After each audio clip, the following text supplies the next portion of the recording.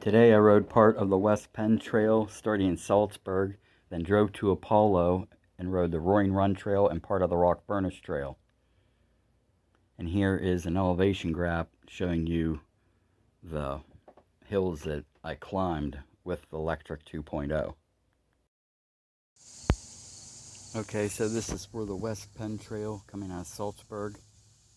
There's some pretty steep hills once you get past the rail trail part and start climbing the hills to go up toward Conemaugh Dam.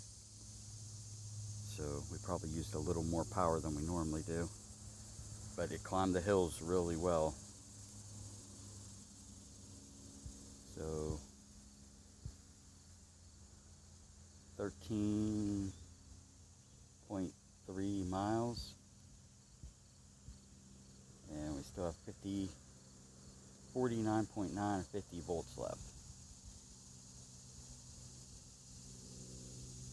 So that is on the West Penn Trail.